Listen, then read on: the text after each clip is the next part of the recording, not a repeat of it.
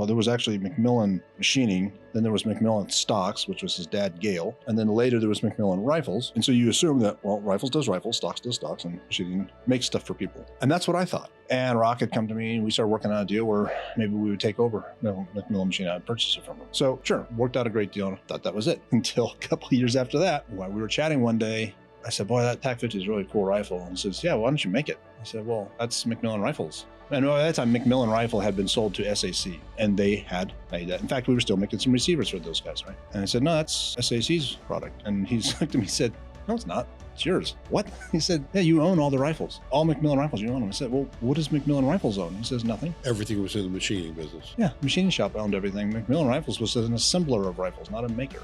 I said, son of a bitch. And that was the birth of your TAC-50. And the reason it's called TAC-501 actually wasn't because we were doing this whole funny 503, 501 thing. It was because Rock said, look, the one thing I asked is I had promised the guys at SAC that they could use the TAC-50 name. It's their name. And said, well, I'm not going to make you a liar, so we won't call it a TAC-50. We'll call it a TAC-501.